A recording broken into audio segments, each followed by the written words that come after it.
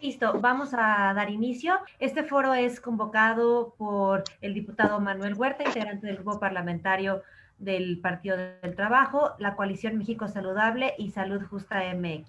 Le cedo la voz al diputado Manuel Huerta para que haga la bienvenida y la apertura de este foro. Buenos días, diputado. Muy buenos días a todos, compañeros y amigos, gente muy relevante, que gracias por dedicarnos su tiempo para un tema que es muy controversial.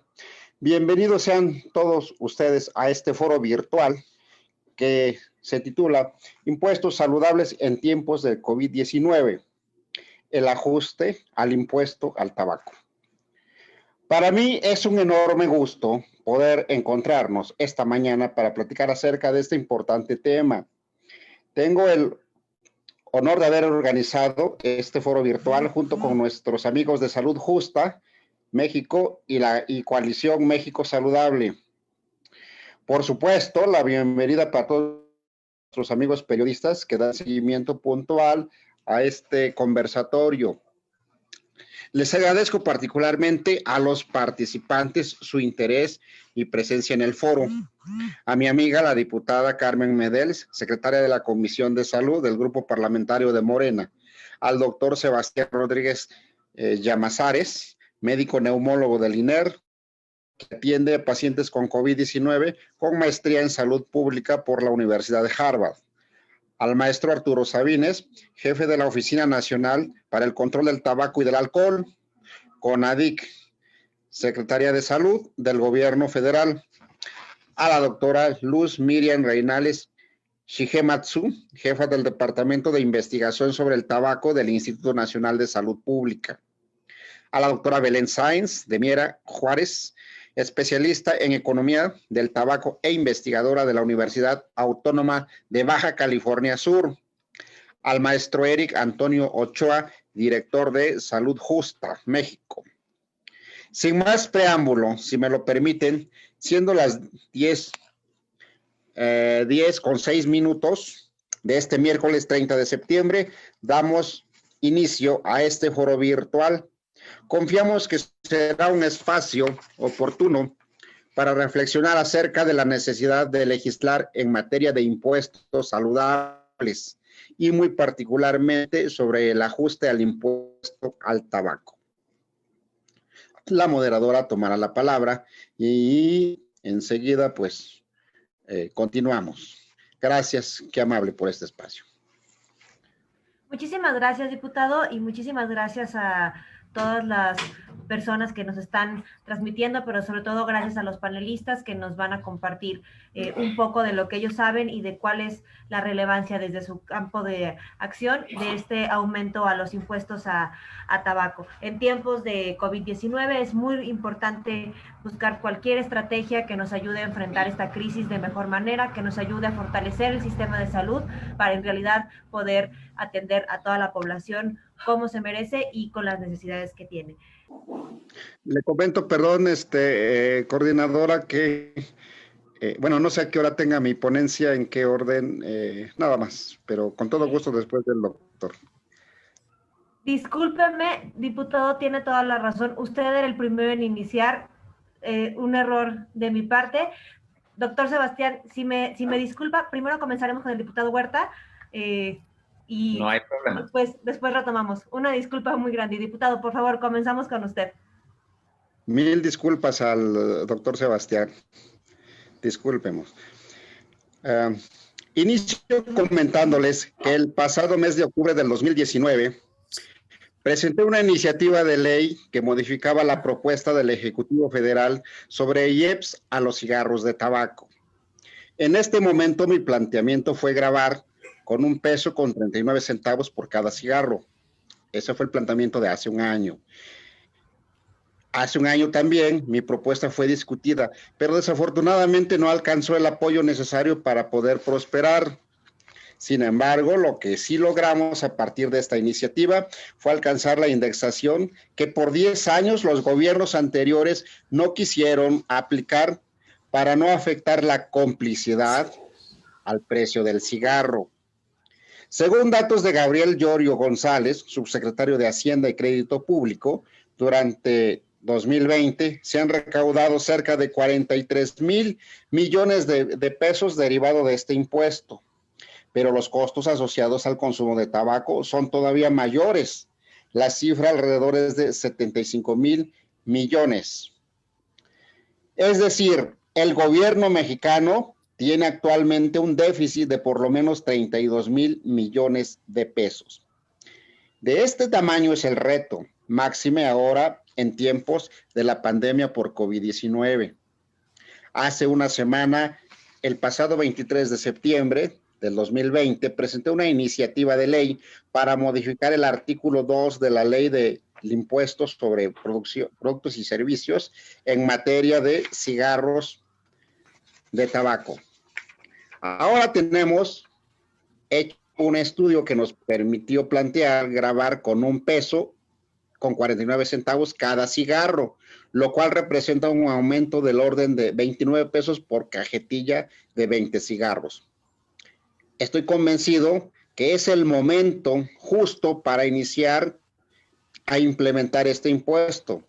La pandemia demanda más y más recursos económicos. Cada día más y más fumadores están manifestando casos graves de COVID. Estimaciones del secretario de Salud, Jorge Alcocer, el 8% de los afectados por el SARS-CoV-2 son fumadores y están asociados con un mayor daño por COVID-19. Estos tienen menores probabilidades de mejoría, 1.4 veces, más que de tener síntomas mayores y aproximadamente 2.4 veces más probabilidad de ser entubados y admitidos en terapia intensiva. Considero que también debemos transitar para hacer que estos impuestos saludables inhiban el consumo de tabaco en los consumidores. Es importante recordar que el pasado 31 de mayo del 2020, la Organización Panamericana de la Salud y la Organización Mundial de la Salud, a través de su representante Cristian Roberto Morales Jurimán, galardonaron a México por sus esfuerzos políticos, administrativos y fiscales por la lucha contra el consumo del tabaco. En este contexto, nuestro reconocimiento al trabajo realizado por el subsecretario de Prevención y Promoción de la Salud, el doctor Hugo López-Gatell. Evitar la importación de vapeadores y sus aditivos, regular la publicidad de las cajetillas de cigarros, establecer y hacer que se respeten lugares 100% libres de humo, son parte de otra iniciativa que presenté en febrero de este 2020 como medida de control para el consumo de tabaco en México. Sin duda, enfrentarse a la industria tabacalera requiere de mucha autoridad y de mucha seguridad en los principios de gobierno. Y el presidente Andrés Manuel López Obrador reúne ambas condiciones. Los legisladores de la Cuarta Transformación acompañamos debidamente al presidente de la República en estos esfuerzos. Considero que en este esfuerzo, en esta lucha, vamos por buen camino. El trayecto es largo, pero con la decisión de sectores sociales y el gobierno mexicano, haremos una política de salud pública de vanguardia. Enhorabuena por este encuentro. Saludos a todos. Muchas gracias. Muchísimas gracias, diputado. Creo que esta iniciativa, que no es nada más de este año, sino desde el año pasado ya presentó, busca fortalecer el sistema de salud, la forma de financiar el sistema de salud, además de generar beneficios en cuanto a la reducción de consumo. Es una iniciativa muy completa con múltiples beneficios. Vamos a dar ahora el paso a la participación de la diputada Carmen Medel Palma. Ella es secretaria de la Comisión de Salud e integrante del grupo parlamentario de Morena. Diputada Medel, por favor. Muy buenos días. Saludo con gran afecto a todos los aquí presentes y por supuesto a los que nos siguen a través de las redes. Primero que nada, quiero darle las gracias al diputado Manuel Huerta en haberme considerado a participar en este foro. Y luego reconocer el acierto que tuvo en organizar un espacio de diálogo en el que, estando próximo a la discusión del paquete económico 2021, podamos analizar alternativas para atender de manera contundente una de las principales problemáticas de salud pública que afectan en gran parte a la sociedad mexicana. Y con ello me refiero al detrimento de salud y a la lamentable pérdida de vida que ha causado el consumo de tabaco. Y por otro lado, los costos que la atención de estas enfermedades se están generando en el Estado. Para ello, y a pesar de que el diputado ya nos puso en contexto, yo quisiera recalcar un dato que en lo personal me alarma mucho. Es decir, ver el número de muertes que está ocurriendo en nuestro país. 51,000 personas mueren al año. Es decir, 141 personas mueren al día por consumo de tabaco. A causa de este consumo, es decir, más o menos un 8% de todas las muertes en el país. Como médico que realizó un servicio en esto y que trabajo, pues no me queda otra más que decir que estamos todos unidos a esta causa, de las cuales ver datos, ver sumas, y 108,000 de esas personas sufrieron infartos internacionales por enfermedades cardíacas, 15,000 personas sufrieron un accidente cerebrovascular y alrededor de 18,000 personas fueron diagnosticadas de un cáncer provocado a causa del tabaquismo. Y no conforme con ello, la industria tabacalera sigue desarrollando, comercializando productos novedosos de tabaco y nicotina que, al limitar la conducta de fumar, están incitando a las generaciones más jóvenes a desarrollar una adicción. Pero lamentablemente, hablemos de números. Al año, el Estado mexicano gasta alrededor de 81,000 millones de pesos en atención a los problemas provocados por el tabaquismo. 26,000 millones de enfermedades cardíacas, 25,000 millones por el EPOC, enfermedad pulmonar obstructiva crónica, 8,000 millones para atender tabaquismo pasivo, 7,000 millones para atender otros cánceres, alrededor de 5,000 millones de pesos para atender el cáncer de pulmón y 2,000 millones de pesos más por accidente cerebrovascular. Todas estas enfermedades asociadas con el tabaquismo. Y estando en este punto, es necesario que nos cuestionemos qué podríamos hacer con todo ese dinero si no se atendiera esas enfermedades. Como médico, yo les puedo sugerir. ¿Por qué? Porque he estado en instituciones de salud.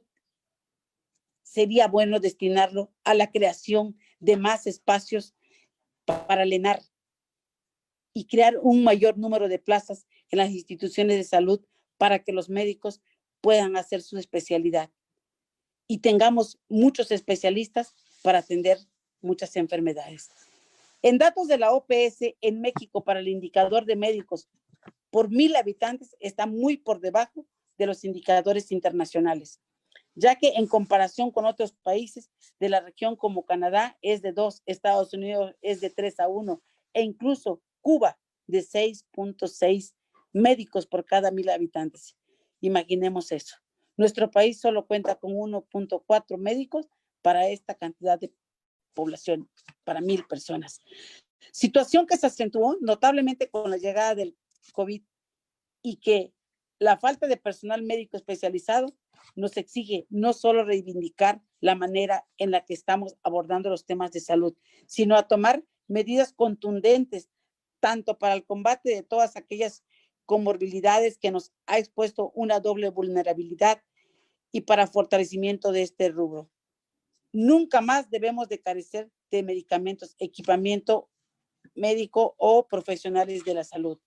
Por todo lo anterior y ante la urgencia de mayor presupuesto para la salud, fue en mayo de este año, que en conjunto con la diputada Laura Imelda Pérez Segura, presentamos una iniciativa que busca tomar la ley de impuesto especial sobre producción y servicios para aumentar los JEPs, productos nocivos para la salud.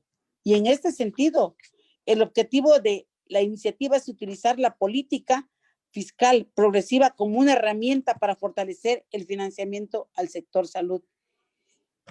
Y una vez puesto en marcha esta propuesta, coadyuvaría a hacerle frente a los gastos del sector salud necesarios para la atención de la pandemia que estamos padeciendo. Y una vez superada esta emergencia, la recaudación adicional se logre adoptar sería utilizada para fortalecer el sector de salud pública mexicana. Y de esta manera se puede garantizar la universalidad, la gratuidad en los 3 niveles de atención. Ahora bien, en México la recaudación impositiva por la venta de cigarrillos es de 37,000 millones anuales. Es decir, no se cubre ni la mitad de los costos directos que el cigarro provoca en el sistema de salud. Por ello, en la iniciativa que presentamos se busca que se eleve el impuesto en este producto nocivo de 0.4944 a 1.4944. Nos urge recuperar el sentido social que tienen estos impuestos.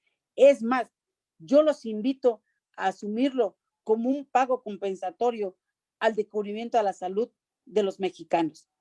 Y como no se trata de recaudar, la reforma contempla un artículo transitorio en el que de manera se garantice que lo recaudado sea destinado exclusivamente para el sector salud público.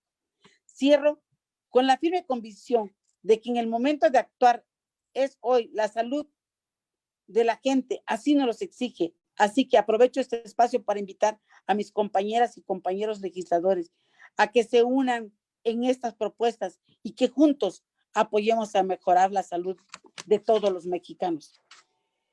Es una propuesta que tenemos y en esta legislatura tenemos que lograr. Estamos trabajando todos en pro de la salud. Muchas gracias a todos por su espacio. Muchas gracias, diputado, por la invitación a este foro. Muchísimas gracias, diputada Medel. Como usted bien lo comenta, los ingresos que podrían generarse con las propuestas como la que proponen usted, la diputada Imelda Pérez y el diputado Huerta, podrían utilizarse en un sinfín de necesidades que tenemos en nuestro país, desde la capacidad, incrementar la capacidad médica, poder contar con mayor personal médico en las unidades de salud y bueno, ¿no? En este caso muy particular de la pandemia, atender esas necesidades, pero hacia adelante hay otras opciones para que esta recaudación y esos ingresos pudieran ser destinados a un gasto efectivo. Por supuesto, eso es algo... tuviera mejor fortalecido nuestro sistema de salud pública. ¿Sí? Exacto. Y tuvieran con qué hacerle frente a esta pandemia que aún nos tiene de rodillas. Exacto, y esa es una discusión que no es nada más de este momento, sino es una discusión que ustedes en la Cámara de Diputados han tenido desde el año pasado, tendrán seguramente este año y no será la última vez que se dé esa discusión de cómo fortalecer económicamente el sistema de salud y las necesidades que se tienen. Vamos ahora sí a dar paso a la participación del doctor Sebastián Rodríguez, que justo nos hablará un poco de cómo se vive desde el sistema de salud, de cómo se vive desde quienes están atendiendo particularmente en este momento las necesidades de la población en cuestiones médicas, como cuál es una posibilidad que esta propuesta nos abre. Doctor, ahora sí, adelante, muchas gracias y disculpa por el problema de hace unos minutos. Muchas gracias a todos por convocar a este foro tan importante y pues poner en la mesa temas tan primordiales como estos. Nada más confirmando, ¿se ve bien, pasa bien mi pantalla y cambia la diapositiva? Sí, sin ningún problema se ve muy bien. Muy bien. En realidad el objetivo de mi breve charla va a ser simplemente hacer eco de lo que nuestros legisladores ya han puesto sobre la mesa y tratar de dar un poquito más de contexto a la razón por la cual es importante utilizar el momentum que tenemos de la pandemia de COVID-19 para impulsar esta propuesta. El COVID en México hasta el momento ha generado 76,603 muertes, ¿no? Razón de más para estar todos preocupados. Y cerca del 15% de todos los 733,000 pacientes que se infectan van a requerir cuidados en una terapia intensiva. La diferencia entre una cama normal y convertirla a una cama de terapia intensiva usualmente son 3 factores. Uno es una enfermera que esté las 24 horas del día, una toma de oxígeno y un ventilador mecánico. Y realmente es que al principio de la pandemia y en el transcurso de ella hemos puesto mucho énfasis en el aspecto primordial del ventilador mecánico. Y me gustaría llevarlos por una travesía en la terapia intensiva para que vean que un paciente con COVID que requiere estar en una terapia intensiva requiere mucho más que un ventilador. El paciente necesita, como ya dijimos, una toma de oxígeno, un ventilador y un monitor que esté registrando sus signos vitales las 24 horas del día. Adicionalmente a eso, ustedes verán que en el proceso de intubar a un paciente tenemos el tubo, el circuito, un filtro, un sistema de aspiración y un catéter venoso central que nos va a permitir administrarle medicamentos especiales a ese paciente.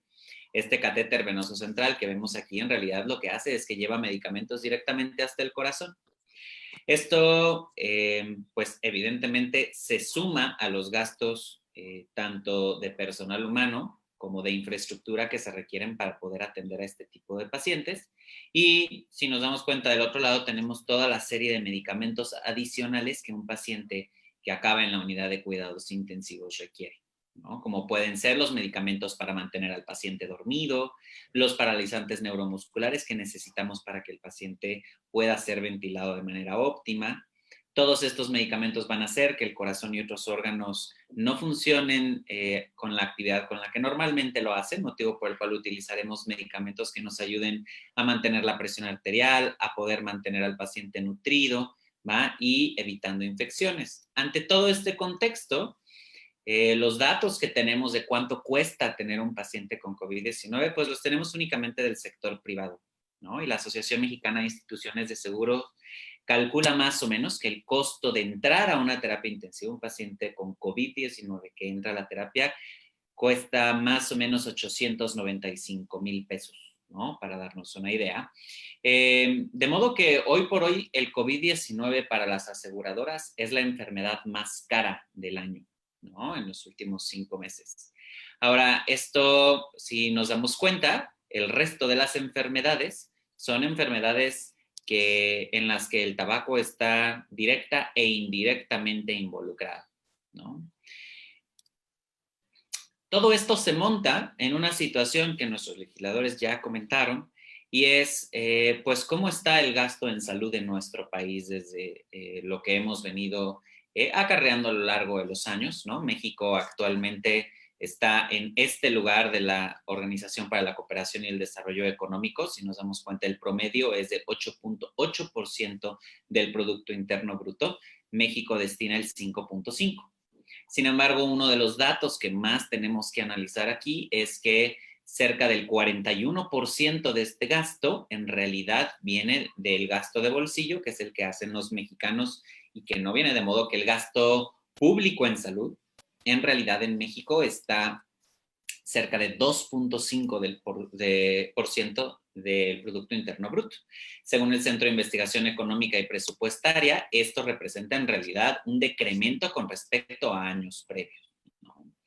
Esto se vuelve muy relevante porque la pandemia cae en un momento en el que el sistema de salud está necesitado de recursos debido a que se ha tenido que expandir, ¿no? Se ha tenido que convertir con todos los gastos que les acabo de mencionar al pasear por la terapia intensiva.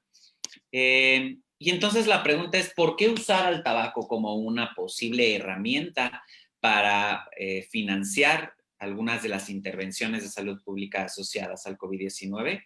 Uno, porque está demostrado que el acto de fumar pues favorece el contagio del COVID-19 simplemente porque fumar es una actividad que requiere acercar las manos con la boca, que es uno de los principales maneras de contagio en los pacientes.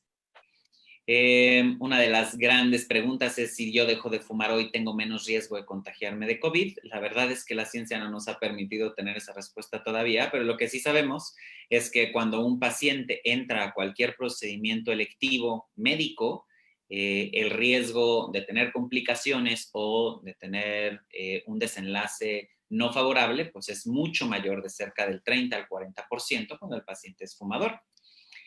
De lo que hemos podido ver en China y en otros países, ya hemos estado viendo en ciertos reportes que los pacientes fumadores presentan casos más graves de COVID.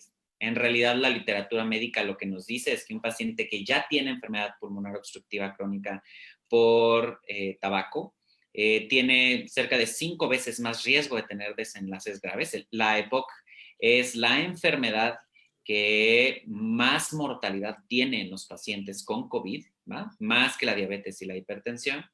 Y pues en algunos estudios que salieron preliminarmente por ahí de mitades del año, se ha demostrado que el efecto del tabaquismo sobre tener un desenlace grave por COVID-19 es de cerca del doble, mismo que sale reforzado por el último artículo que tenemos de ahora de septiembre del 2020, en el que pues juntando todos los estudios que se han hecho en el mundo, hoy por hoy podemos decir con toda certeza que el riesgo de tener un desenlace grave por COVID-19 si el paciente es fumador es cerca de 2 veces, ¿no? Esto también evidentemente trae un costo para el sistema y no podemos olvidar que en realidad debido a la buena o mala suerte de que esto nos está tocando en estas épocas del año, pues tendremos que lidiar ahora también con la sindemia de la influenza en conjunto con el COVID-19.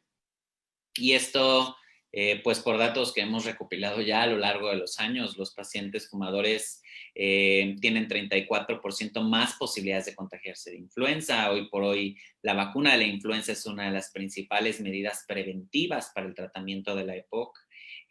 Porque la influenza es una de las principales causas por la que los pacientes con EPOC pues terminan hospitalizados, generan más gasto y demás. Y mientras nosotros estamos teniendo estas discusiones, la realidad es que la industria tabacalera considera que no ha tenido cambios en el patrón de consumo del cigarrillo debido al COVID-19, que podría ser una de las teorías, como todos estamos en cuarentena, se fuma menos, ¿va? Los estudios han revelado que eso no es cierto, e incluso la industria también lo reconoce. Y hoy por hoy, invertir en el mundo del tabaco sigue siendo uno de los 7 negocios más redituables, ¿no?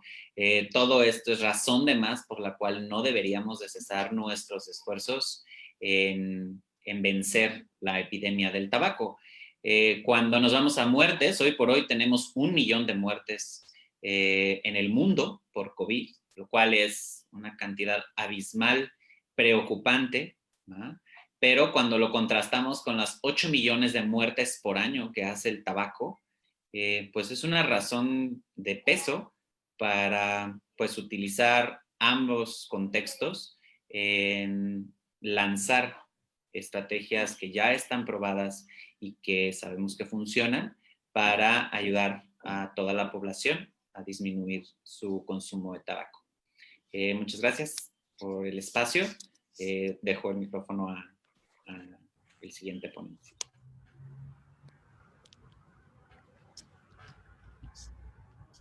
Muchísimas gracias, doctor.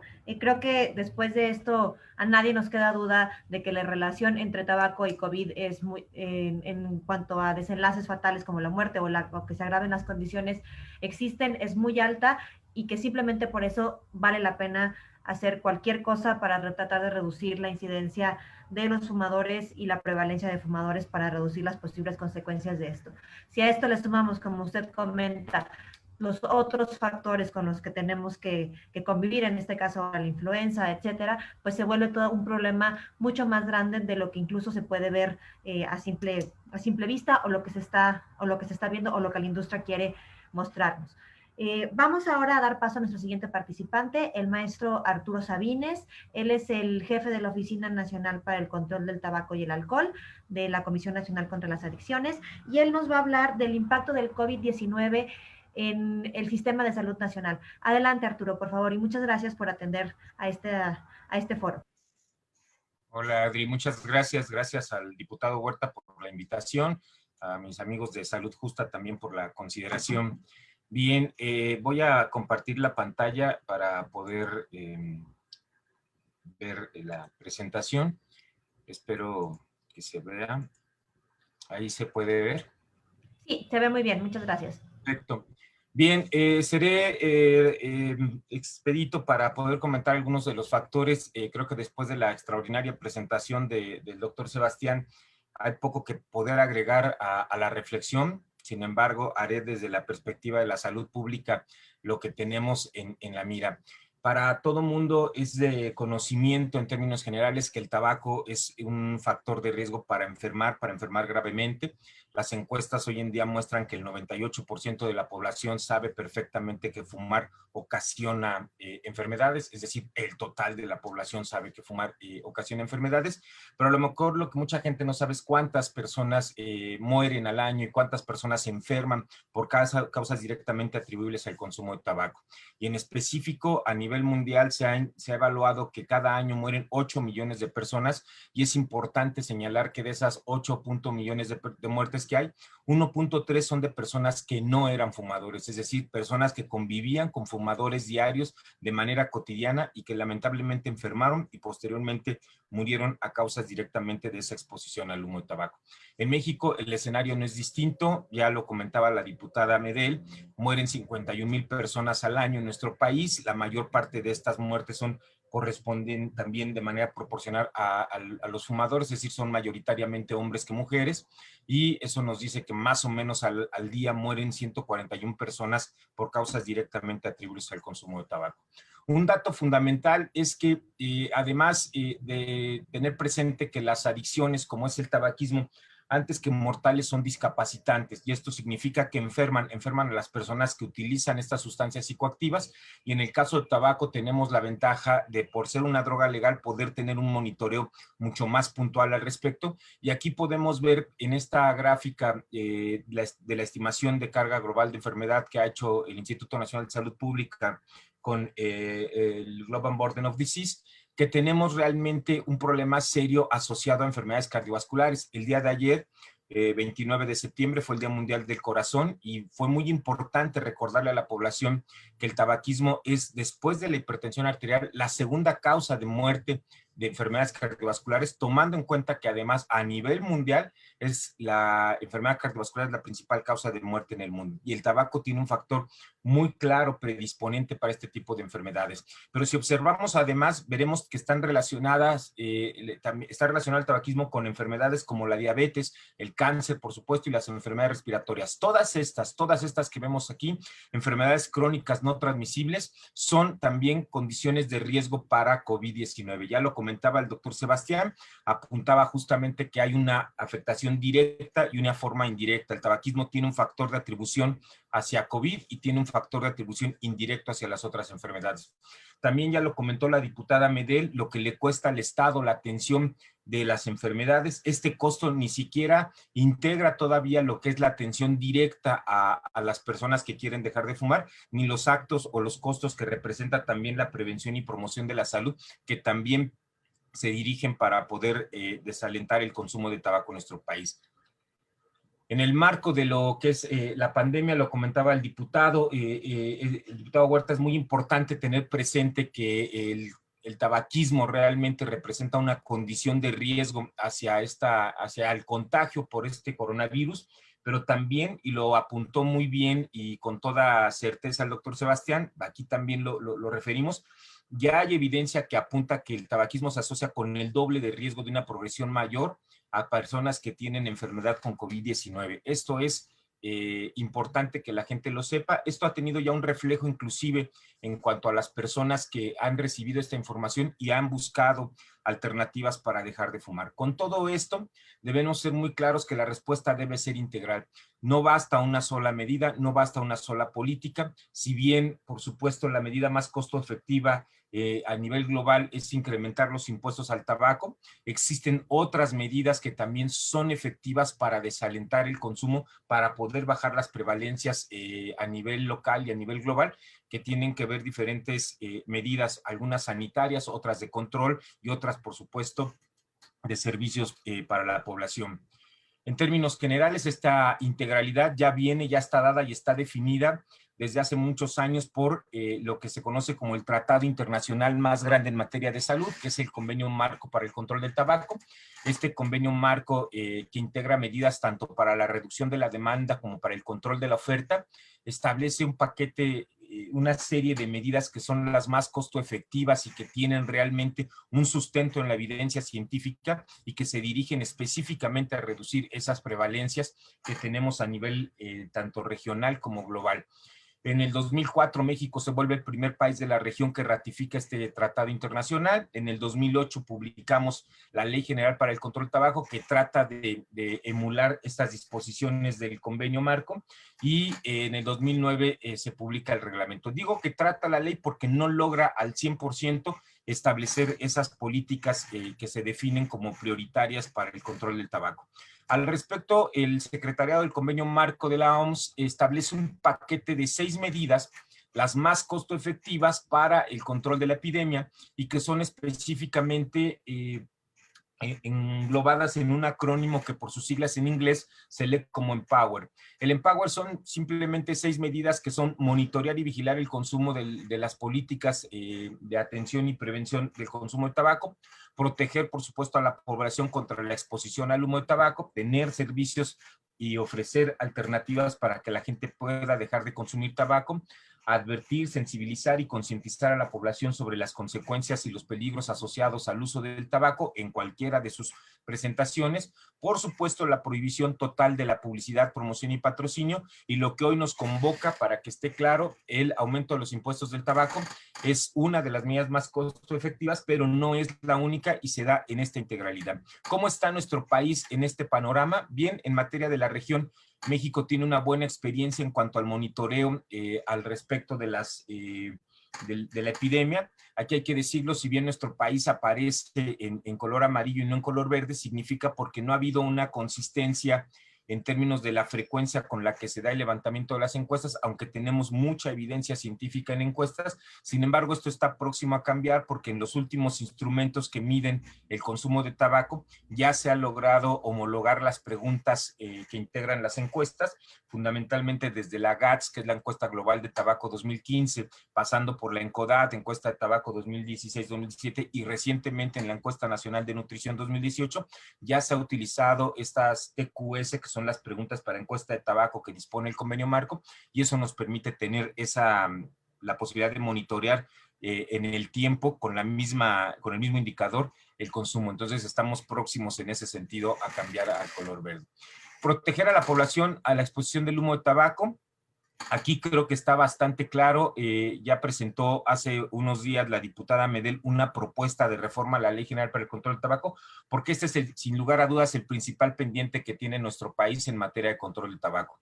Si ustedes observan el mapa de la región, México no está ni siquiera en color amarillo, porque nuestra ley, si bien habla de espacios 100% libres de humo de tabaco, lamentablemente contempla una excepción que permite que en espacios interiores pueda haber áreas reservadas para fumar, lo cual es totalmente violatorio del convenio marco, pero más allá de que sea violatorio del convenio marco, no protege la salud de las personas. Hoy en día, con el tema tan claro de la evidencia del contagio de COVID a través del humo de tabaco, más que nunca urge que la ley sea una ley 100% libre de humo de tabaco, que elimine esa excepción y que tengamos totalmente espacios interiores 100% libres de humo de tabaco. A diferencia de lo que ocurre con la Ley General para el Control del Tabaco, 14 entidades federativas, 14 estados ya lograron ir por encima de la ley y tienen marcos jurídicos 100% libres de humo de tabaco, que hoy representan al menos el 56% de la población. Y decirlo, las 3 últimas entidades que han acreditado esta reforma a sus leyes locales, ya incluso también son 100% libres de emisiones de aerosol y vapeo, no solamente del humo de tabaco. Entonces, es importante avanzar hacia eso, lograr que tengamos ya realmente un país 100% libre de humo de tabaco.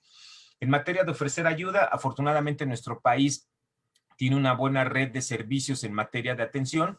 Contamos con los 340 centros de atención primaria de las adicciones, los CAPA. Contamos con más de 120, bueno, con 120 unidades de los centros de integración juvenil y las clínicas para dejar de fumar en el ISSSTE, que son 129.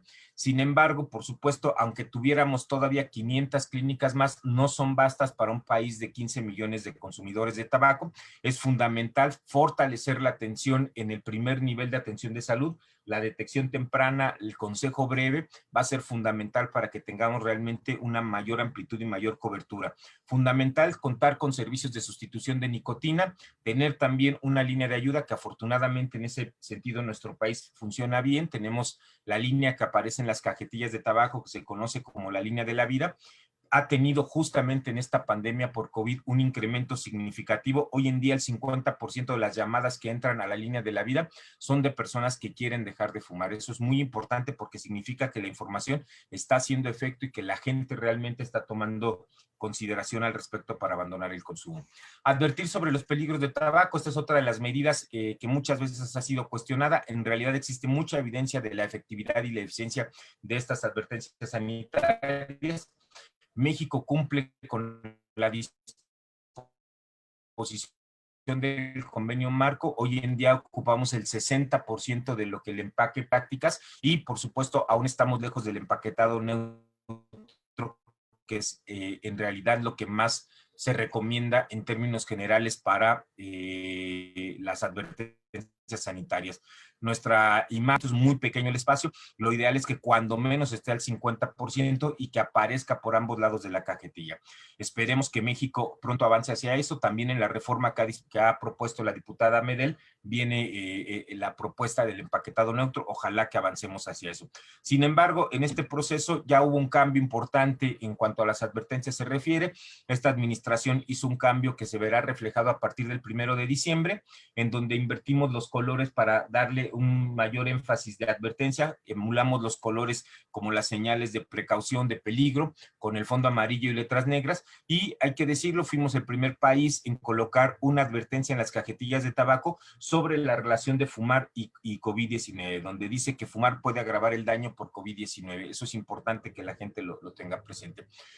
La penúltima medida de este paquete que es importante tener es tener una prohibición total de la publicidad, promoción y patrocinio. Aquí es fundamental señalar que México, si bien ha avanzado, porque en medios masivos ya no tenemos, sobre todo en radio y televisión, publicidad de la industria tabacalera, lamentablemente la ley permitió excepciones como son la publicidad en revistas para adultos y que pueda haber publicidad en lugares de acceso exclusivo para adultos. Estas excepciones nos colocan como si no tuviéramos realmente un avance importante en materia de la región. Si bien es una de las políticas más difíciles de lograr o de alcanzar, México debería de progresar ya necesariamente a un semáforo verde. Tenemos prohibición en el Internet y sin embargo vemos de manera informal o de manera subliminal una gran cantidad de publicidad por parte de la industria, sobre todo ahora que se han generado nuevos productos o productos emergentes de tabaco y nicotina. Y por último, la que nos convoca, que es el incremento a los impuestos. No me detengo en ella, ya se ha hablado bastante, lo definió muy bien el diputado Huerta. En realidad, México sí avanzó el año pasado con esta reforma que él comenta para tener el mecanismo de actualización. Sin embargo, aún no estamos en lo que recomienda la OMS, que es el 75% del costo final sea carga impositiva. Eso va a ser importante, no me detengo porque mis compañeras hablarán hacia ahí. Para finalizar, tenemos retos muy claros. Urge fundamentalmente una reforma a la ley general que contemple espacios 100% libres de humo de tabaco y de las emisiones de los sistemas electrónicos, la prohibición total de la publicidad y el aumento de los pictogramas, logrando llegar a lo que se conoce como empaquetado neutro. Por otro lado, fuera de la ley general para el control del tabaco, necesitamos aumentar los impuestos de los productos de tabaco. Ya todas las explicaciones y justificaciones se han dado y son más que entendibles ahora con el tema del COVID-19. Urge también ratificar el protocolo para la eliminación del comercio ilícito de los productos de tabaco, es un pendiente importante que tenemos como país. Impulsar la accesibilidad de los servicios básicos de salud, tener a la mano estos sustitutos de nicotina y, por supuesto, el cumplimiento de los objetivos de desarrollo sostenible, una agenda a la que nos comprometimos, en donde además la meta es muy clara y es muy sencilla. Para fortalecer el trabajo en materia de evitar que el tabaquismo sea una condición de riesgo, simplemente hay que cumplir con la aplicación del convenio marco. Es lo único que se establece como meta. En la medida que cumplamos con eso, estaremos perfectamente del otro lado. Y un pendiente para finalizar, pues por supuesto existen nuevas formas de consumo de productos de tabaco y nicotina. Hoy en día se han estado comercializando en nuestro país de manera masiva y a través de amparos productos de tabaco calentado que han puesto en riesgo. ¿Perdón? Un minuto, ya se acabó el tiempo.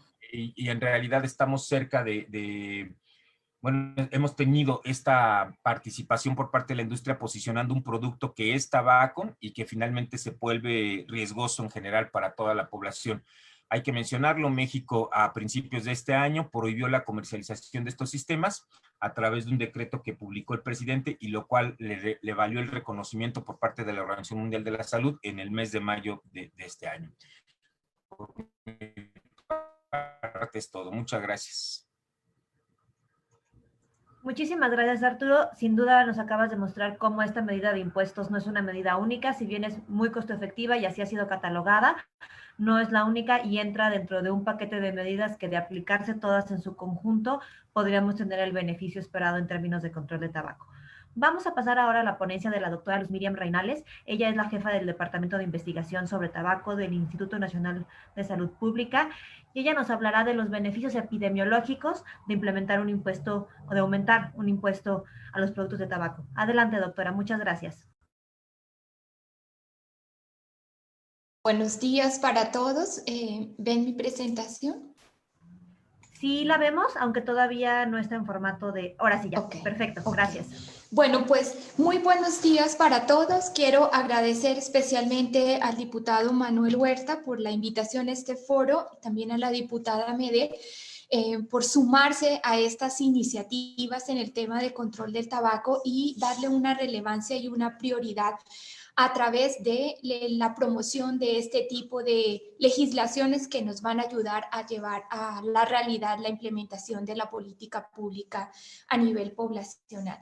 En primer lugar, voy a dar un poco la secuencia de lo que han venido hablando mis colegas de la mañana de hoy y lo más importante es un poco en qué se basan toda esta estructura de las políticas están basadas en la evidencia científica, en estudios que se han hecho a nivel global, pero que particularmente se han realizado en México, que nos permiten dimensionar la magnitud de la carga de la enfermedad que produce este consumo, pero también nos permiten de una manera muy importante evaluar cuál es el impacto que tiene esta política a nivel de la población.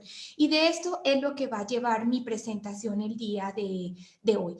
Quiero aquí en esta primera diapositiva, ustedes pueden ver un artículo que se publicó la semana pasada, específicamente acerca de cuál es la carga en términos de salud y en términos económicos causados tanto por el consumo de tabaco como por la exposición a humo de tabaco y cómo podemos nosotros al prevenir este tipo de exposición, cómo nosotros podríamos tener un impacto benéfico. Yo me voy a dedicar particularmente a hablar del tema de la epidemiología y del impacto benéfico en términos de salud poblacional que implican el incremento de los impuestos a los productos de tabaco. Pero los invito a que revisen este manuscrito donde está la evidencia de lo que les voy a presentar en la mañana de hoy. Quiero comenzar también con una parte muy importante a decirles que nuestros proyectos de investigación, nuestra evidencia científica es una evidencia científica independiente, transparente, independiente de los intereses comerciales de la industria tabacalera y por lo tanto declaro que no tengo ningún conflicto de interés con la industria y que los resultados que presento son de manera independiente. Bien, ya lo han venido hablando mis antecesores acerca de los casos de enfermedad por consumo de tabaco, y es muy importante. Si bien se habla de una mortalidad, ese es el evento final, el evento fatal, el evento catastrófico que todos quisiéramos evitar.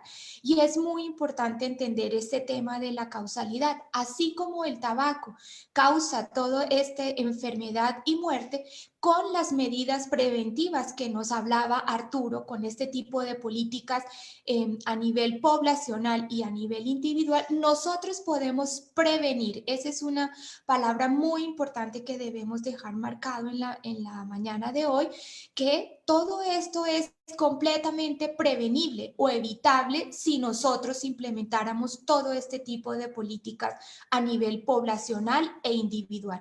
Por eso es que estamos en la mañana de hoy promoviendo este incremento del impuesto, porque es la estrategia en la cual nosotros podemos evitar que nuestros jóvenes, nuestros adolescentes inicien este consumo. Y con esto, al no iniciar, pues no vamos a tener estos efectos deleterios en términos de casos de enfermedad ni de muerte.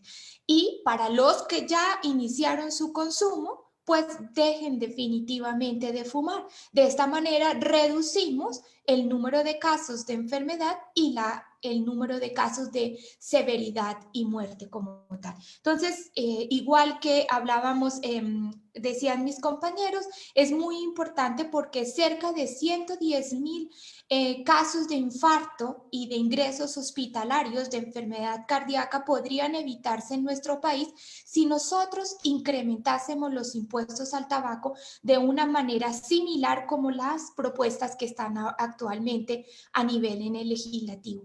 Y quisiera que lo viéramos con una ventana de tiempo. De manera muy temprana y muy inmediata podríamos evitar los casos de infarto, de enfermedad cerebrovascular, que son aquellos que tienen una ventana de exposición pequeña. Pero también a muy largo plazo nosotros podríamos evitar los casos de enfermedades pulmonares obstructivas crónicas, de EPOC, y también el desarrollo de cáncer. Entonces vamos a ver impactos a muy corto plazo, y de mantener esta política vamos a tener impactos también a muy largo plazo. Esto ya lo han dicho muy claramente el diputado Huerta y la diputada Medel.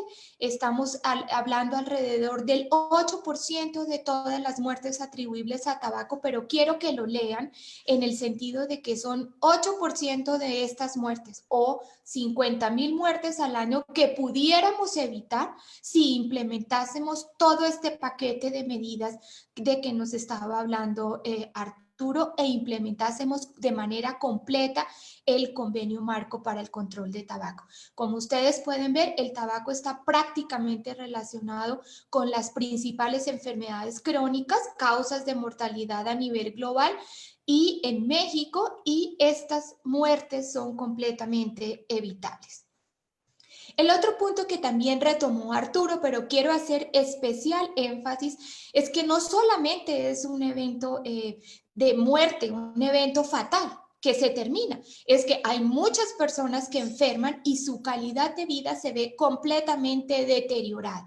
Por eso también medimos cuántos años de vida se pierden por esta exposición como tal. Y una persona que es fumadora, un fumador mexicano, pierde en promedio 5 años de vida.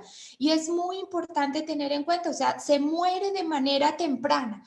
¿Y eso qué quiere decir en términos también económicos y sociales? Esta persona deja de aportar, de ayudar a la sociedad en todo su sentido.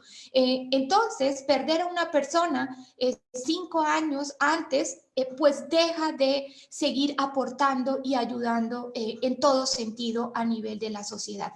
Por eso medimos también en años de vida perdido, y la estimación que tenemos para estos 51,000 muertes y para más de 300,000 casos de enfermedad que se presentan anualmente, es una pérdida de cerca de 1,200,000 años de vida perdido porque se mueren prematuramente o porque están vivos, pero con una discapacidad que impide que tenga todo su desarrollo a nivel de su entorno. Entonces, miren acá también algo muy importante que quiero que vean en términos de las vulnerabilidades.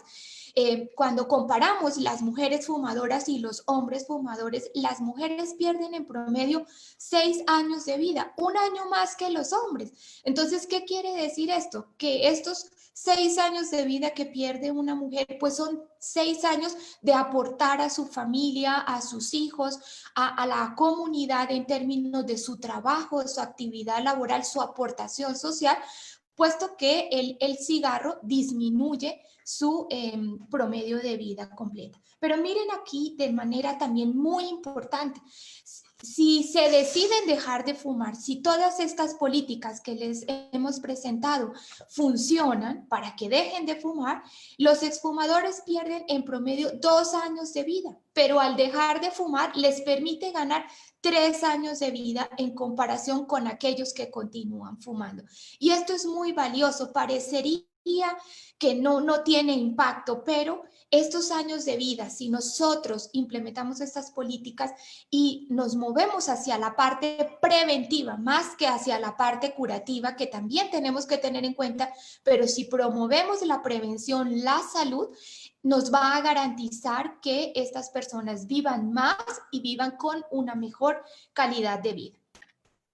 El otro punto también que es muy importante y por eso es, bueno, ¿cuánto tenemos que subirle a los impuestos para que realmente haya una reducción del número de fumadores? Entonces, un incremento en un 50% del precio, que es un poco muy cercano a lo que están proponiendo en las legislaciones que están ahorita en discusión, evitarían casos de enfermedad, vuelvo y lo repito, de muerte prematura y se ganarían años de vida. Y su impacto benéfico no solamente lo vamos a ver muy pronto, en 3 a 5 años en términos de la mortalidad por enfermedades cardiovasculares y cerebrovasculares, sino que si se mantiene de manera sostenida, su impacto va a cruzar la década. Entonces, porque se van a evitar las enfermedades crónicas como el EPOC y el cáncer de pulmón, que tienen un poco más de ventana de tiempo y se van a presentar un poco más a largo plazo. Entonces, es una estrategia de ganar principalmente en la salud. Cuando se dice que queremos mantener la salud de los mexicanos de hoy, podemos ganar disminuyendo estas enfermedades, infartos, eventos cardiovasculares, pero estamos previniendo que esta misma población hoy, mañana se nos enfermen de estas enfermedades crónicas y estamos evitando que nuestros jóvenes también vayan a desarrollar algún tipo de estas patologías crónicas. Entonces, estos impuestos especiales a los productos de tabaco son muy importantes. Funcionan en 2 puntos. En el inicio, entre los jóvenes que no han fumado, ese es su efecto más importante de tipo preventivo, entre aquellos que no han iniciado el consumo de tabaco. Y eso es muy importante tenerlo en cuenta porque ellos son nuestra población objeto, nuestra población más sensible. Y sobre todo promueven la cesación entre los fumadores. Y también tenemos estudios que nos demuestran que esto sí funciona, esta política sí ha funcionado en México y es la que ha evitado que haya más progresión de esta patología. Entonces, podríamos resumir que estas políticas de control de tabaco que se mencionó Arturo y esta particular del incremento de los impuestos hacen parte integral de la estrategia de mitigación de la pandemia de COVID.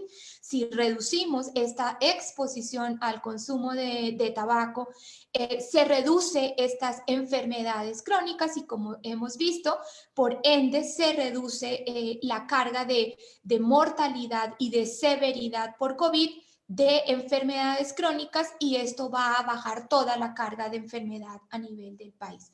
El otro punto que es muy importante tenerlo en cuenta, todas estas estrategias son costo efectivas, se han analizado en México su impacto benéfico y es hoy por hoy la estrategia que debemos tomar para conseguir la salud de los mexicanos a hoy, a este momento y también de las generaciones futuras.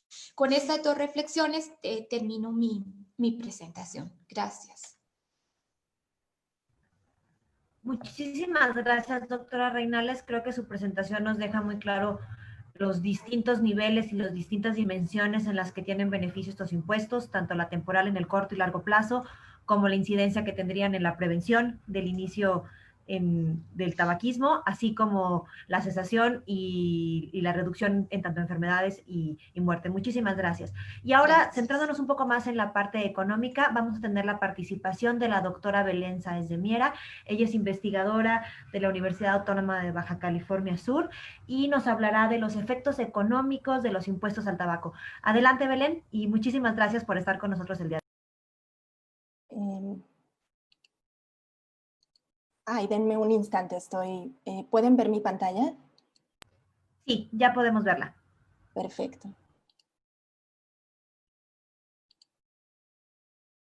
Bueno, entonces, muchas gracias primero por la invitación.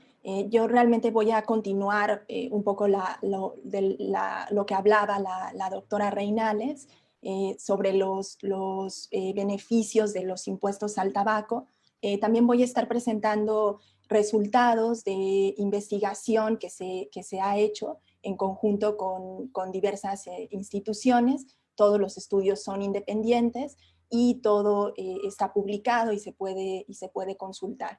Entonces, quisiera empezar por resaltar algo que a veces pues pasa desapercibido, y es que los impuestos al tabaco se relacionan al menos con 2 de los objetivos de desarrollo sostenible directamente, ¿no? Podemos también ahondar en la relación con otros más, pero me voy a concentrar en estos 2. Entonces, con el objetivo 3, porque reducen la mortalidad prematura, como se ha estado diciendo, por enfermedades no transmisibles, pero además porque generan recursos que pueden fortalecer el sistema de salud y, muy importante, reducen los costos de atención médica.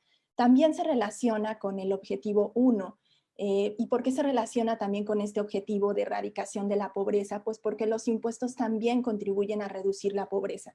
Y bueno, en las pocas diapositivas que voy a presentar, pues voy a explicar un poco más cómo es esto, ¿no?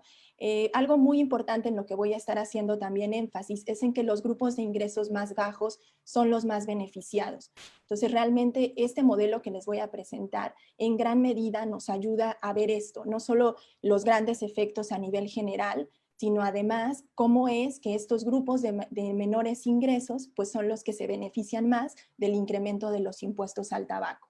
Entonces, voy a estar considerando el incremento de 1 peso por cigarro, que es justamente lo que está considerado en la iniciativa del diputado Huerta. Esto quiere decir que el IEPS se incrementaría de 49 centavos, 49.44 centavos, a 1.4944, ¿no? Eso correspondería aproximadamente, en promedio, a un incremento del precio de 44%. Por eso la doctora Reinales, cuando hablaba de simulaciones para un incremento del 50%, pues realmente está muy, muy cercano a la propuesta que se está proponiendo en este momento, y por lo tanto pues nos permite aproximarnos a lo que podríamos esperar si es que esta propuesta se aprobara. Entonces, lo primero es qué sucedería o qué es lo que esperaríamos que suceda si se implementa esta propuesta. Bueno, primero lo que ya no pongo el dato porque ya lo mencionó la doctora Reinales, y ya vimos que los impuestos podrían evitar numerosas muertes prematuras y también permitirían obtener importantes años de vida ganados, ¿no? Pero además de esto, pues como les decía, esto implica también que podrían evitarse muchos costos por la atención médica de los padecimientos atribuibles al tabaco. Entonces, alrededor de 42,000 millones es lo que estimamos. Y además, podríamos evitar, justamente por estos costos que se evitarían, que 256,000 personas cayeran en situación de pobreza, que 563,000 personas tuvieran gastos catastróficos en salud, es decir, gastos empobrecedores, y además pues se generarían recursos, ¿no? Con esta iniciativa esperaríamos que se recauden al menos 16,200 millones adicionales.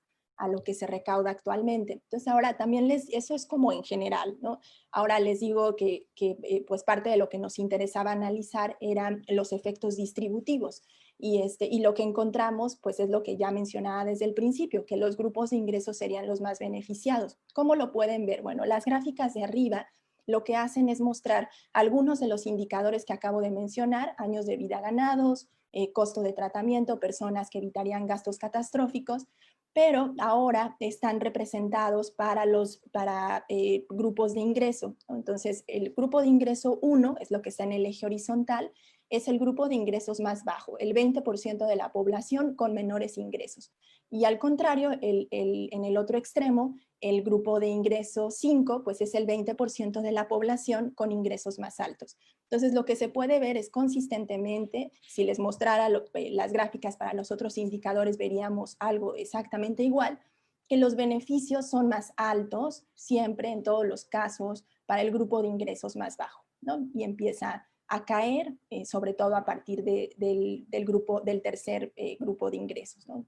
Lo mismo para costos de tratamiento, lo mismo para personas que evitarían gastos catastróficos, lo mismo se ve para muertes evitadas, lo mismo se ve para pobres evitados, entonces, o personas que caerían en situación de pobreza.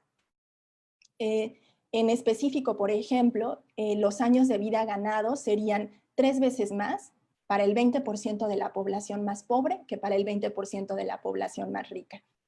Para el caso, por ejemplo, de gastos catastróficos, también más o menos la razón es de 3.3 veces, ¿no? O sea, 3.3 veces mayores los beneficios para el grupo de ingresos más bajos.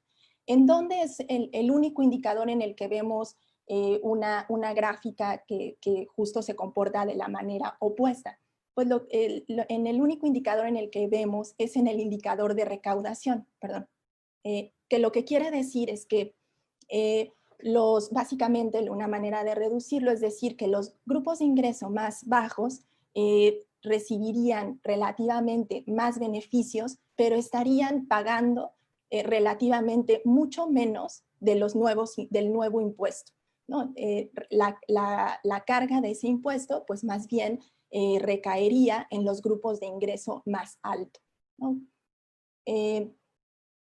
Algunas consideraciones regionales, realmente podríamos hacer toda una presentación de esto porque hay cosas muy interesantes que vemos cuando empezamos a tratar de entender qué es lo que sucedería, cuáles serían los impactos a nivel regional. Obviamente hay muchas diferencias porque la epidemia se comporta de manera muy distinta entre regiones, pero también porque las regiones son muy distintas en cuanto a la cobertura de servicios de salud, el gasto en salud, etcétera, ¿no? Entonces, llevar este modelo a una perspectiva regional, pues nos permite entender muchísimo mejor cuáles serían los efectos específicos. Pero bueno, voy a resaltar uno en especial. En todos vemos, obviamente, estas ganancias importantes en términos de años de vida ganados, en términos de muertes evitadas, que son realmente los efectos más importantes. Obviamente también vemos estos efectos de la mayor recaudación, de los costos de tratamiento evitados,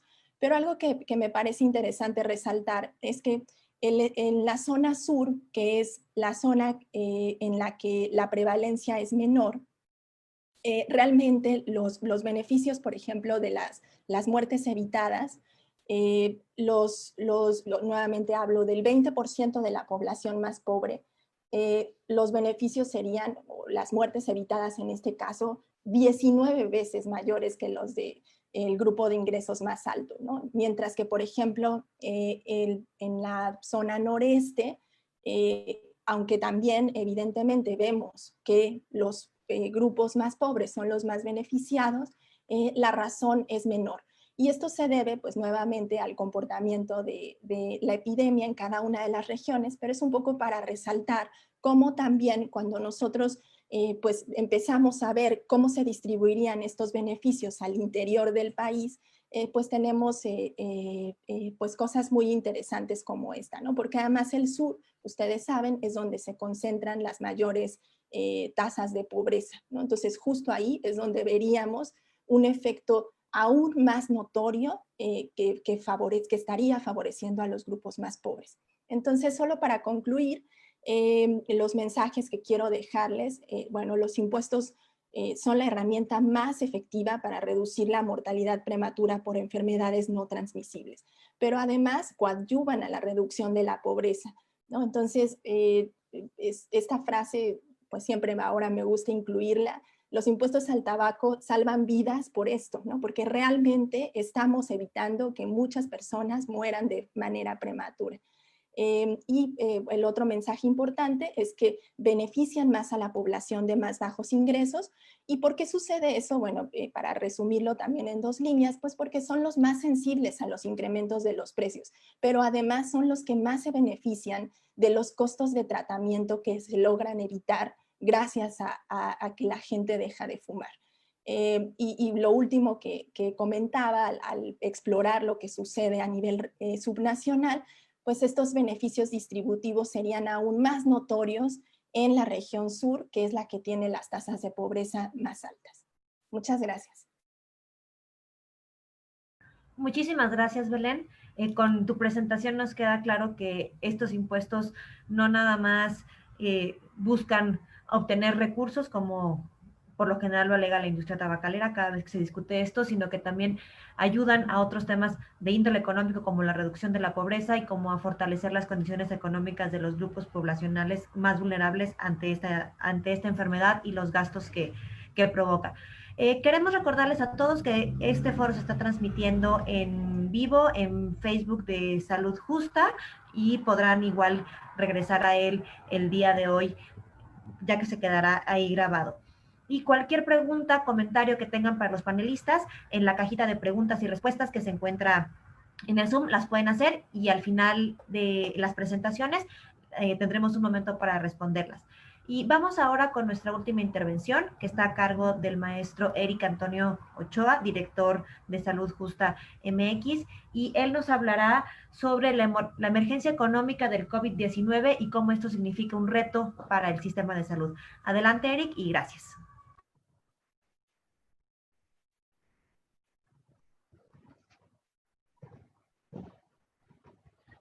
Un segundo.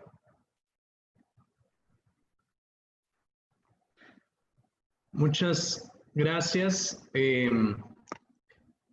Me toca cerrar este foro y en serio que después de ver las intervenciones de los ponentes que me precedieron, pues me queda mucho más clara la importancia que tiene esta decisión pública para el país, para millones de mexicanas y mexicanos, no solamente para los que fuman, sino también para los que conviven con fumadores o también tienen hogares, hijos o nietos de alguna persona que es fumadora. Voy a compartir mi pantalla. Un segundito.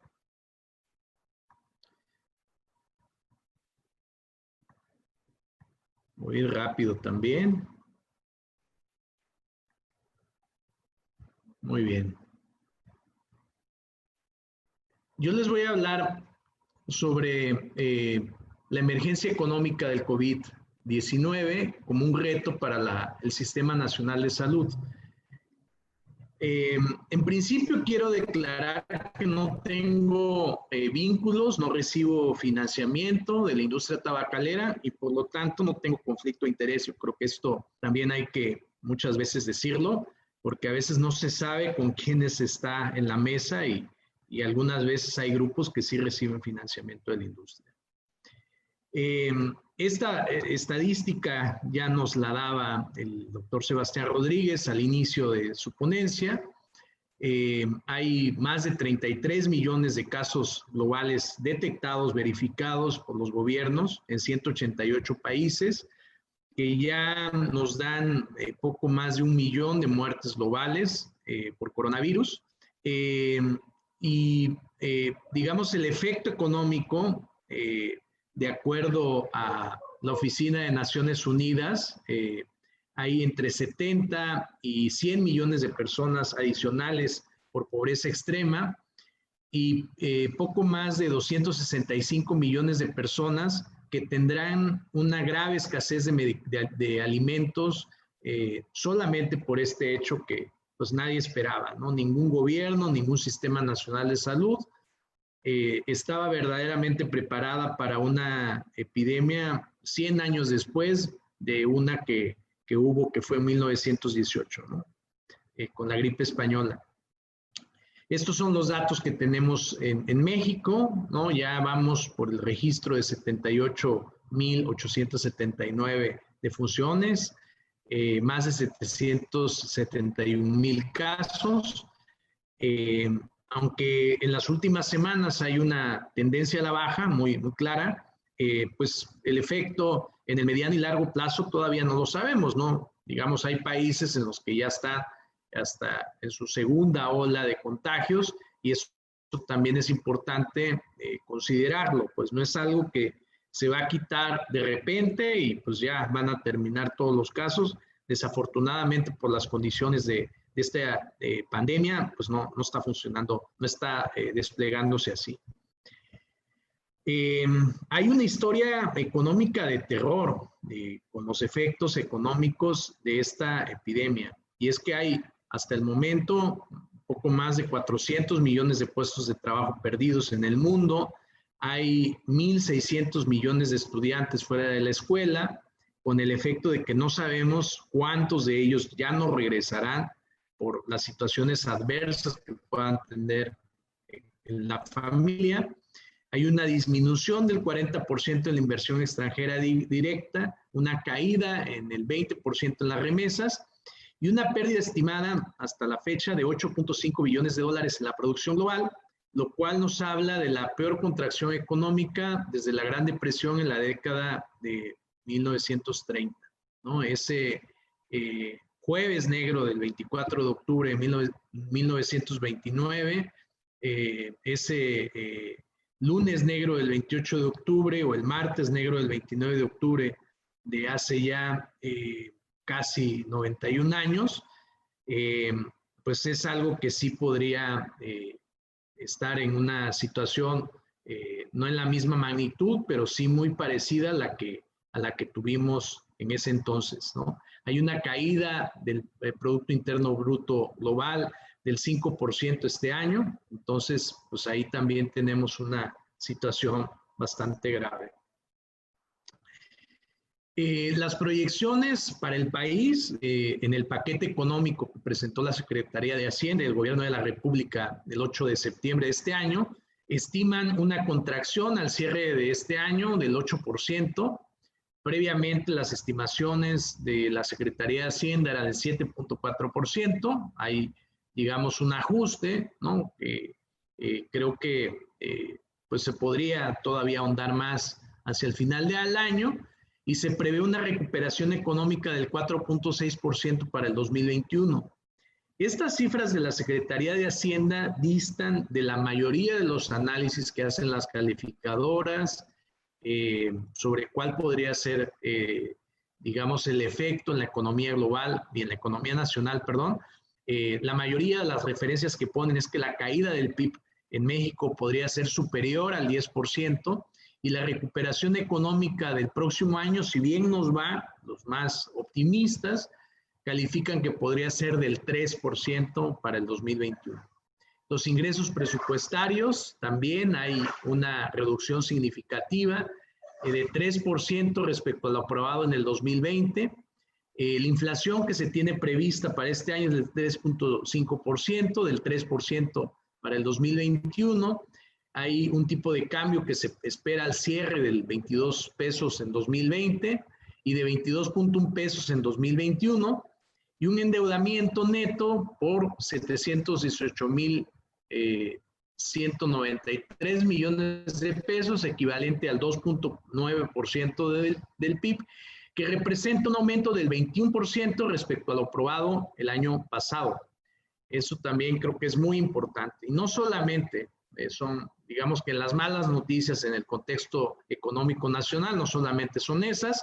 Se prevé una caída en los ingresos petroleros de 8.3% en términos reales respecto a la ley de ingresos que se aprobó este año.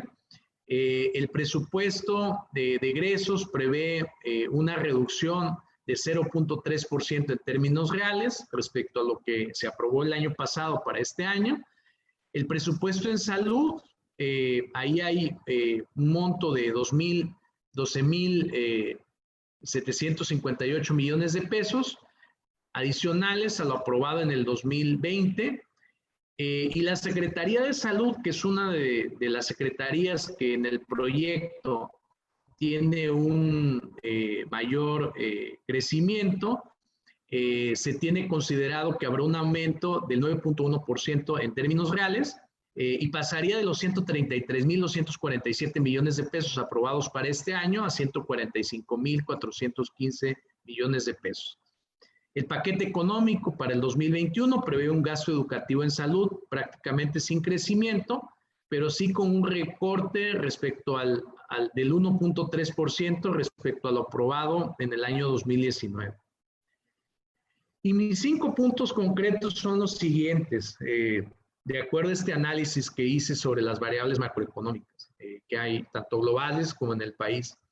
Y es que en las crisis que hemos tenido en los últimos 30 años, o 40 años mejor dicho, desde los 80, la reacción del gobierno en México ha sido en 2 temas, ¿no? O sea, o hay un aumento en los impuestos, como fueron en la mayoría de las crisis que tuvimos en los 80, o hay una reducción significativa del gasto.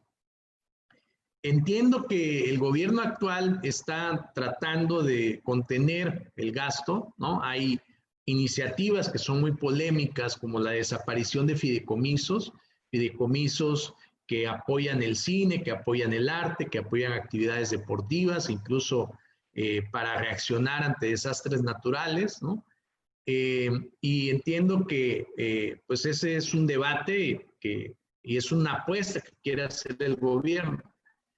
Pero me parece que más allá de ver como el inmediato hacia la desaparición de fideicomisos, nuestro país necesita reformas fiscales para evitar el déficit público por la atención de enfermedades relacionadas con externalidades.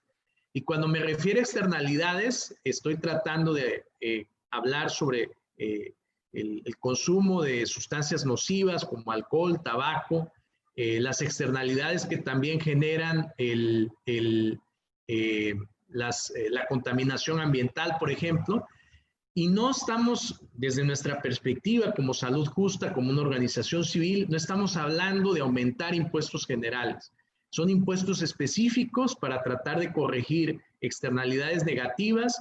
Esto quiere decir son beneficios privados que son superiores a los costos sociales y en donde claramente el Estado tiene que tener una mayor centralidad. El tercer punto, y quiero remarcarlo, porque quedó muy claro en el debate incluso que hubo ayer entre el presidente Donald Trump con el candidato demócrata Joe Biden. En todo el mundo las próximas campañas políticas se centrarán en el manejo del coronavirus. Esto es algo que es inevitable, es un tema que está muy politizado, está politizado no solamente en México, en todo el mundo. Hay declaraciones, hay presiones muy fuertes sobre el manejo que se tenga de la epidemia. Y este es un punto en donde yo creo que el gobierno de México puede marcar diferencia. Hay otros países en América Latina en donde se está dando este debate, el mismo que tenemos ahora. Si hay que hacer ajustes a productos, en el caso de los impuestos, a productos que son nocivos, que son dañinos para la salud de la población, en un contexto de emergencia sanitaria global que no habíamos tenido en 100 años, ¿no? O sea, ¿qué tanto tenemos que voltear a ver hacia los mecanismos, hacia las políticas públicas para el control de estas enfermedades no transmisibles frente a un contexto de una enfermedad transmisible que además agrava o se agrava frente a esas enfermedades no transmisibles? Y finalmente, mis 2 últimos puntos es que tenemos que seguir abiertos, controlar el conflicto de interés, contenerlo lo más posible, contener las puertas giratorias. En el sector salud es la batalla más importante contra la corrupción. Y finalmente, si el gobierno federal no quiere tomar postura este año, el próximo año será más costoso y será más urgente. O sea, aquí es, si dejamos que el gobierno en este año se puedan discutir las iniciativas que han presentado tanto el diputado Manuel Huerta como la diputada Carmen Medel y la diputada Imelda también, que suscribió con la diputada Medel la misma iniciativa. Si no lo decidimos ahora, en el siguiente año va a ser más costoso y al final es muy probable que las decisiones mediadas para la contención de estas enfermedades y para la respuesta económica hacia la recuperación nos lleve hacia la revisión de este tipo de impuestos. Muchas gracias a todos y estoy atento si hay preguntas o respuestas. Muchísimas gracias, Eric. Creo que estos 5 puntos concretos que planteaste al final de tu presentación nos ponen a pensar hacia dónde tenemos que ir, no nada más en el tema de control de tabaco, sino en varios temas que de aquí se podrían derivar. Y bueno, quisiera cederle la palabra al diputado Manuel Huerta para que pudiera dar el agradecimiento a nuestros ponentes. Si pudiera prender su video y su audio.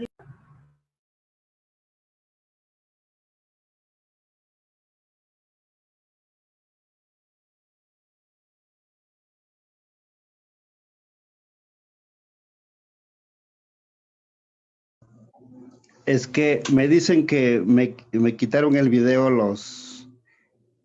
Gracias. Muchas gracias. Sí, en lo que resolvemos lo del video, si quiere lo dejamos con el audio y ahorita resolvemos lo de su video. Bueno, mientras voy a dirigirles unas palabras. Gracias a los ponentes, a los panelistas, nos queda muy claro que muy brillantes sus exposiciones, me dejaron literalmente con el ojo cuadrado. Es un portento de erudición lo que aquí han vertido en una forma oportuna. Creo que va muy valiosa su contribución. Yo me quedo con 5 puntos. Se dijeron cosas muy interesantes, pero primero el convenio marco, en lo que bien decía nuestro expositor, es con respecto a Land Power, en donde pues ahí estas medidas pues solamente abonan a uno de los incisos de este acrónimo.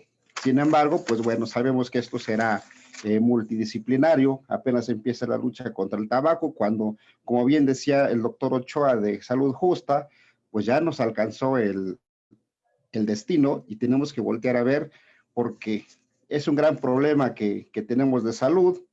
El concepto número 2, pues a mí me dice que hay 15 millones de consumidores de tabaco en México. Eso sí es alarmante. Y cuando nos exponen allí los colores de México en el mapa mundial, pues México aparece gris en términos de las políticas públicas y luego en rojo en cuanto a la publicidad que para este efecto se promueve al consumo del tabaco. Entonces sí, es alarmante porque realmente ya hemos sido grises, creo que en la política, y queremos ya dejar de ser grises y tampoco ser rojos, ¿verdad? Entonces, y ya al último, para considerar, pues que, como bien lo dicen, en la teoría del conocimiento, pues el concepto de masa se refiere a la masa del conocimiento, que lo debemos de ser asequible y manipulable, es decir, que no nos quedemos en lo teórico, sino que el conocimiento lo aterricemos y lo hagamos, en este caso, políticas públicas que incidan en la salud de los mexicanos y por todo el beneficio, lo que pues bien se conceptualizó aquí como costo-efectividad, bien dicho atinadamente y en forma oportuna por los brillantes panelistas. Vertido lo anterior, pues clausuramos este evento siendo las 11:34 del día 30 de septiembre del 2020 en este tema de COVID-19 en el entorno de México y tabaco. Muchas gracias a los doctores y participantes por su asistencia al foro. Realmente y a Salud Justa, su contribución ha sido demasiado destacada, demasiado exuberante. Gracias a todos, buen día. Muchísimas gracias, diputado. Estamos revisando aquí la cajita de preguntas y tanto aquí en esta sesión de Zoom como en redes. No hay ninguna pregunta por el momento. Si hay alguna otra pregunta que periodistas o quienes nos están viendo quisieran hacerle a algunos de los panelistas, con muchísimo gusto pueden hacerlas llegar a través de los medios de comunicación de Salud Justa y se los haremos saber. Y después de este mensaje de cierre del diputado Huerta, no sé si alguno de los panelistas quisiera decir algo más para cerrar, sino para dar por concluida esta sesión. Sí, yo nada más para agradecerles a todos, a nombre de Salud Justa, que estamos también, que convocamos este foro, agradecerles mucho esa información que vamos a hacer llegar también a los diputados integrantes de las comisiones dictaminadoras de la Ley de Ingresos y el Presupuesto de Egresos, a la Comisión de Hacienda, a la Comisión de Presupuesto, y por supuesto también vamos a tocar base con los integrantes de la Comisión de Salud, que es muy importante, y en donde, bueno, tanto el diputado Manuel Huerta como la diputada Carmen Medel, pues forman parte de esa comisión, y entendemos que es muy importante aportar los elementos que se requieran para tener un análisis mucho más detallado de las implicaciones económicas, sociales, sobre este impuesto. Muchísimas gracias a todos. Disculpen, ¿podrían poner su video para una foto final de todos los que participaron para el boletín? Y bueno, mientras toman esta foto, ya nos aparecieron aquí un par de preguntas. Las leo juntas. La primera es para el diputado Huerta. ¿Cuál es la posibilidad de Lindo Llamas? ¿Cuál es la posibilidad de que pase la iniciativa de una subida de impuestos al tabaco? Y la segunda pregunta es de María Alejandra Rodríguez y es si estas medidas se tiene medido qué tanto podría reducir en número específico de fumadores. Creo que esta pregunta no la podría responder la doctora Luz Miriam Reinales. Qué amable. Mire, con respecto a le contesto la primera pregunta. Gracias por su atención. Esta iniciativa pues ya tiene, como bien decimos, un antecedente en el 2019. Ahora estamos viviendo una coyuntura bastante pues, interesante. Desgraciadamente, esto se politiza, como bien lo dijeron también aquí nuestros ponentes. Se entiende que debiera primero ser la salud y después de la política. Sin embargo, aquí los intereses son tremendos y pareciera que es al revés. Por eso no pasó hace un año. Logramos mucho que se hubiera indexado, pero no era lo deseable. Y para este año, dado que estamos en un tiempo político donde se ha dicho que ante el marco de la pandemia, la crisis económica y se vislumbra en la sociedad que aumentar el tabaco es aumentar más impuestos y encarecer bajo este argumento, pues seguramente, además de las resistencias de los grupos económicos, los poderes fácticos, seguramente pondrán piedras en el camino. Entonces, probablemente, pues no pase esta vez, pero aquí pues somos positivos, vamos a seguir empujando la puerta, vamos teniendo antecedentes de tal manera que ojalá, siendo positivos, pase en este periodo. Si no, pues seguiremos insistiendo y pase el próximo periodo, porque creo que lo que aquí se ha expuesto es de justificación científica seria de instituciones lo suficientemente capaces, con criterios bastante analíticos en materia de salud. Son autoridades sanitarias que están diciendo que urge. Sin embargo, pues bueno, no saben de ciencia o no quieren entender este mensaje los poderes fácticos, los económicos, y nos ganan los cabildeos. Entonces, dentro de lo deseable, pues yo quisiera que pasara, ¿verdad? Pero pues sí, yo creo que hay pocas probabilidades por el tiempo político. Sin embargo, seguiremos y seguiré insistiendo sobre este tema que es prioritario para la salud de los mexicanos. Es cuanto.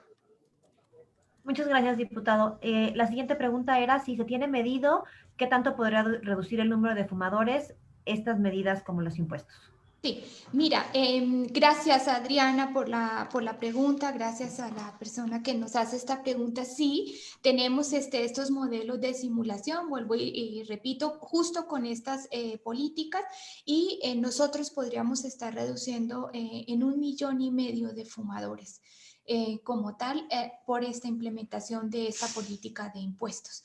Y bueno, un poco Belén les mostró el mapa, cómo está distribuido, dependiendo en toda la República, dónde están ese 1,5 millones de fumadores que estaríamos evitando con la implementación de esta política.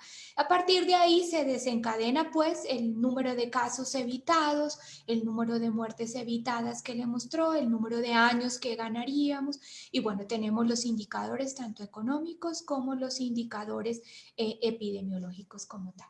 Entonces, con muchísimo gusto están nuestros estudios, los podemos enviar y hacer un poco más énfasis en todos estos indicadores a nivel nacional. Muchas gracias. En complemento a esta pregunta, la segunda parte de esta pregunta es, ¿este 1,5 millones, en cuánto tiempo sería o cuánto tiempo se podría ver esta reducción?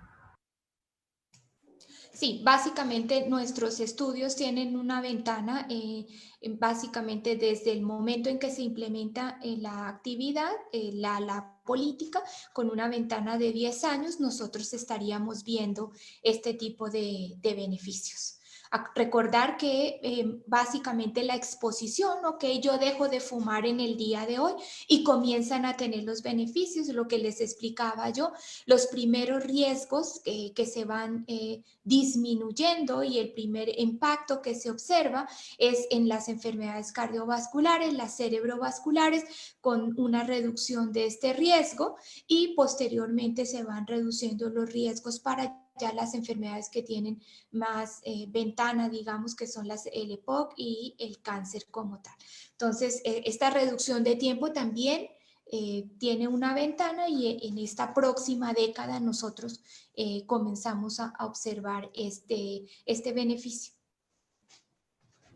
Hay una pregunta más y es igual de María Alejandra Rodríguez. En México han visto migración de fumadores de estos modelos de quema de tabaco. Lo pregunto por el costo que esto implica para el mismo consumidor. Alejandra, supongo que la pregunta va sobre si han migrado de estos productos de tabaco convencional, tabaco combustible, a los nuevos productos de cigarros electrónicos. ¿Sobre eso va tu pregunta?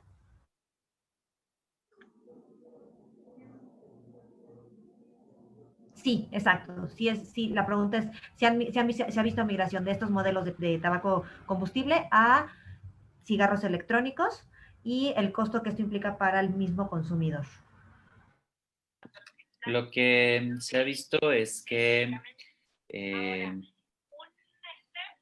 va en dos direcciones. La primera dirección es que el paciente que fuma decide utilizar el cigarrillo electrónico y migrar a él, la mayoría de las veces en un intento para dejar de fumar. Y lo que la evidencia ha revelado hasta el momento es que entonces se convierte en un usuario dual, debido a que el producto del cigarrillo electrónico o los dispositivos que calientan nicotina, pues prácticamente tienen nicotina, que es la sustancia activa que genera adicción, motivo por el cual los pacientes suelen acabar utilizando los dos. En un escenario mucho más grave, ahora el cigarrillo electrónico tiene pues una mayor afinidad por la población joven, debido a que reúne toda una serie de características que lo hacen un producto atractivo, y eso hace que la población joven, debido a toda la información que hemos logrado transmitir del tabaco, censure el consumo de tabaco y entonces adopte el uso de cigarrillo electrónico como una medida de recreo, y como contiene nicotina, por lo tanto genera una adicción, y eso, la cifra de la cual se tiene evidencia es que un individuo que empieza a utilizar cigarrillo electrónico tiene 4 veces más riesgo de terminar fumando después de utilizarlo, ¿no? Entonces, esta migración, el cigarrillo electrónico es relativamente nuevo, todavía seguimos en el rumbo de que la ciencia alcance al mercado, pero de lo que tenemos hasta el momento, vemos que esa migración es bidireccional y preocupante. Muchas gracias, doctor Rodríguez. Creo que sí, no revisando redes, tampoco tenemos... pues sí, hay una pregunta más. Es, ¿los impuestos a cajetillas de cigarro que tienen en propuesta también incluirían a los cigarros electrónicos y a laicos?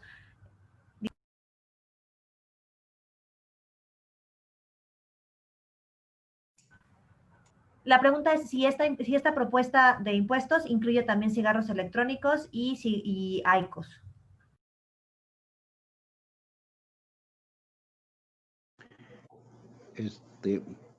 No, de hecho, bueno, voy a contestarle.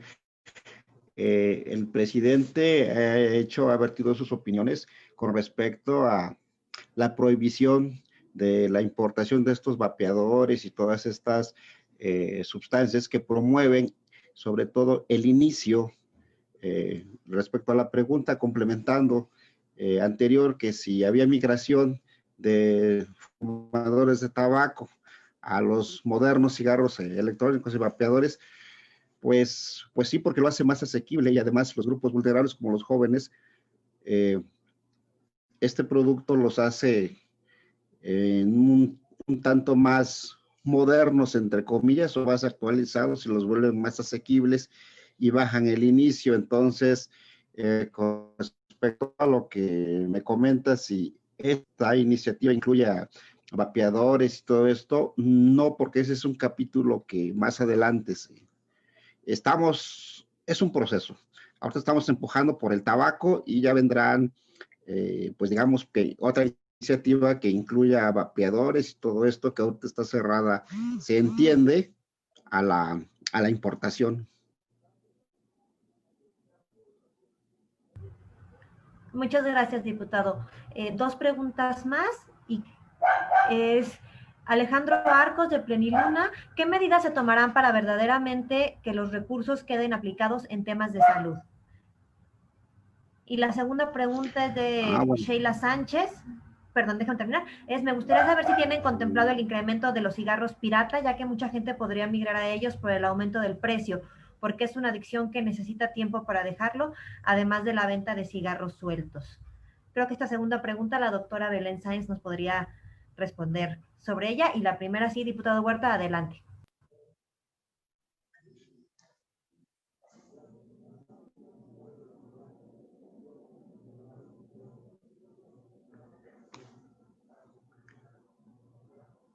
La primera, ¿quién? Perdón, porque no se escuchó. Sí, usted, la primera, ¿sobre qué medidas se tomarán para que los recursos se queden aplicados en temas de salud?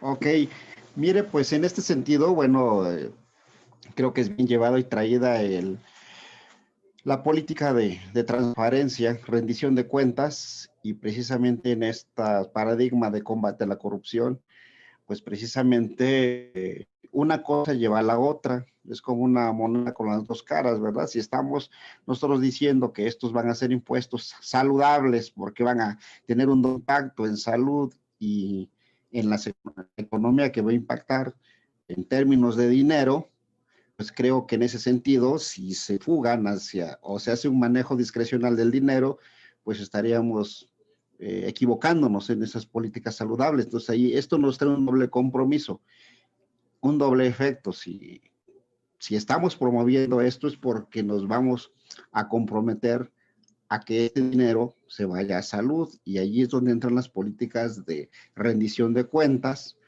que pues si no tendríamos nosotros en el sentido moral de estar opinando o impactando en la salud. Creo que esto, una cosa nos lleva a la otra, a asegurar que estas políticas realmente pues abonen al dinero en salud, y eso es abrir las puertas a una política responsable y a la rendición de cuentas, de transparencia.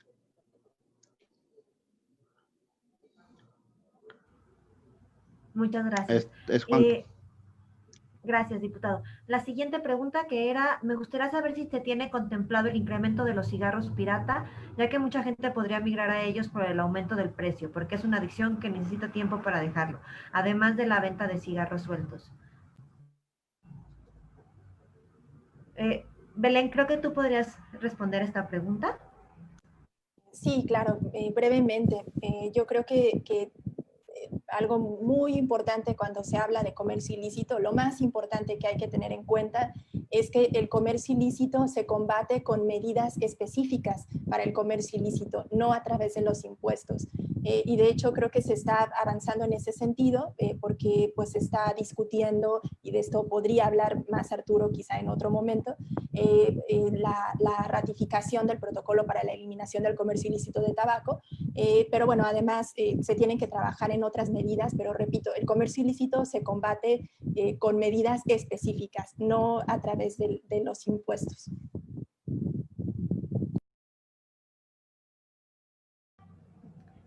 Bueno, creo que ahora sí ya no hay ninguna pregunta que haya quedado pendiente por responder.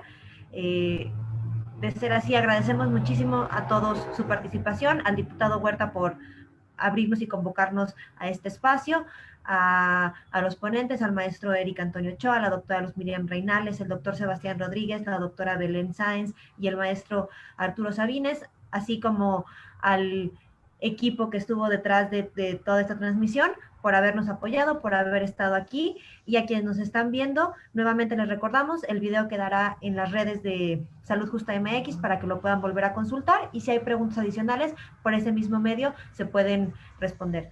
Muchas gracias a todos y buen día. Buen día, bye.